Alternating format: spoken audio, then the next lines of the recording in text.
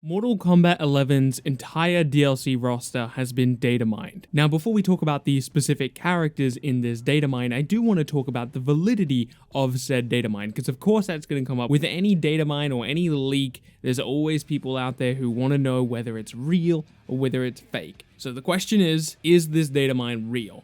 And the answer is probably. And if it's not real, we'll know soon enough, because Nether Realm usually announces their first combat pack or their first DLC character pack before the release of the game. And it's like 24 hours until the game's actually out, so we should definitely know soon enough. Now, the way this data mine happened is that people have been getting early copies of Mortal Kombat 11, whether it be because stores are just releasing them early by accident in certain regions of the world, whether it be through more nefarious means, whether it be directly from Nether Realm themselves. People have access to the game. But the Nintendo Switch version is the important part, because there is ways of data mining the Nintendo Switch. I'm actually not sure how it all works, because I haven't looked into data mining on the Nintendo Switch platform. But I do know it's a thing you can do, and multiple sources who have the Nintendo Switch version of the game are corroborating this story. So the only way that this data mine could end up being wrong or false is if a lot of different data miners are lying to us, or NetherRealm deliberately put the names of these characters in the game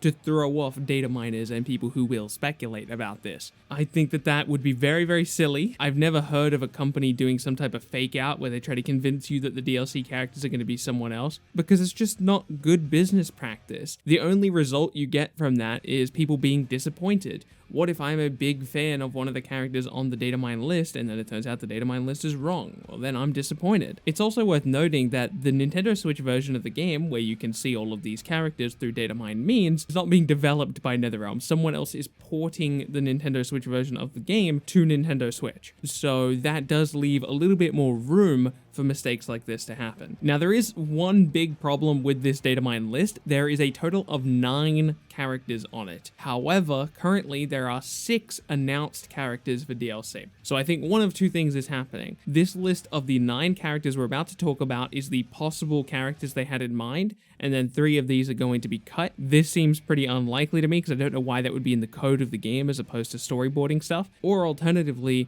3 of the characters we're about to mention are going to be in a DLC Season 2, which personally has me quite excited. Without further ado, let's talk about the DLC roster that has been data mined for Nintendo Switch. First of all, Shang Tsung. We already knew about Shang Tsung. Next up is Joker. There aren't any specific clues pointing towards this, but I would imagine it's going to be the DC version of Joker rather than, I don't know, an original character named Joker or Persona 5 Joker. It's almost definitely DC's Joker, which is exciting. I was one of the people in the NetherRealm community back in Injustice 2 saying, hey, if we get all these Mortal Kombat characters in Injustice, can we please get some DC characters in Mortal Kombat? And look, it's happening, at least according to this DLC data mine, which is pretty exciting. Next, there is Nightwolf. I'm happy to see Nightwolf. I'm hoping that he gets a redesign, because in all honesty, I'm not a huge fan of his current design. I have to wait and see if we actually get that redesign. I would imagine he would, because pretty much every other character has gotten some form of redesign. I just hope he gets a particularly big overhaul. Next is Terminator. Yep, that Terminator. Obviously, we don't know if they're going to have like the Arnold Terminator or just like a generic Terminator. It wouldn't surprise me if they actually got Arnold. I mean, Arnold has licensed out his image to video games in the past. He was in WWE game, I think. And then, of course, he's been in various other games. So yeah, it wouldn't surprise me. I'm sure him and Johnny Cage are going to have some beautiful interactions.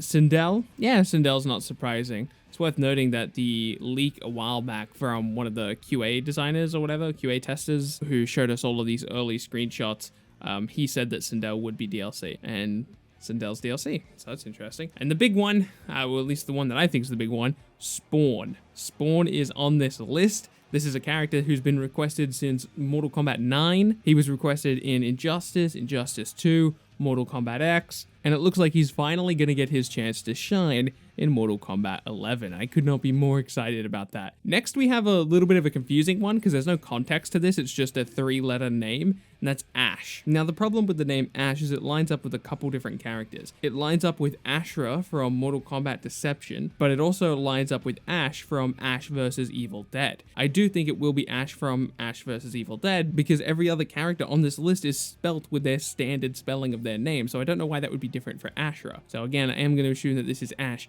from Ash vs. Evil Dead. I suppose it could be Ash Ketchum, but that would be odd. Then we have Fujin. I gotta say, I'm not too excited about Fujin, but hey, maybe you'll have a cool moveset. We'll have to wait and see. And then our final character is Shiva. Now, we don't know the order of any of these characters, and I'll say for my taste, there's a couple characters in here that I would have ideally not liked to have seen. I don't want to see Shiva. I'm not excited about playing Shiva. I'm not excited about playing Fujin, but every other character on this roster, I'm gonna give a try. And other than the absence of the cyborgs, Pennywise, and Rain, this roster is pretty damn awesome. You've got Shang Tsung, you've got Sindel, you've got Nightwolf, you've got Shiva and Fujin for the classic Mortal Kombat fans, you've got Terminator, Ash, Spawn, and Joker for the more general classic movie/comic book fan. This DLC roster is shaping up to be something that's going to appease both the more casual side of the Mortal Kombat fans and the more hardcore, I am a Mortal Kombat fan and I want my Mortal Kombat classic characters. It looks like you got a pretty good mix here. Now again, you didn't quite get your Cyraxes or your Sectors or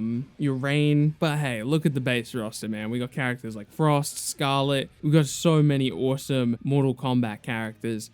I think it's pretty hard to complain about this DLC roster. There's so much to love about Mortal Kombat 11, and I'm very excited to play the game. I'm going to be doing a lot of interesting things on different platforms moving forward, so perhaps follow me on Twitter if you're a Mortal Kombat fan so I can keep you up to date with what I'll be doing in that space, because I am not going to ignore this game, but don't expect to see too much of it on my YouTube channel. So with that in mind, I want to thank you so much for watching this video. Please let me know what characters you're excited about for Mortal Kombat 11. Do you think this data mine is real? I certainly do. If you're new around here, subscribe to keep up to date with content. Not so much like this. My name's been Bilbzy, and I'll see you in the next video.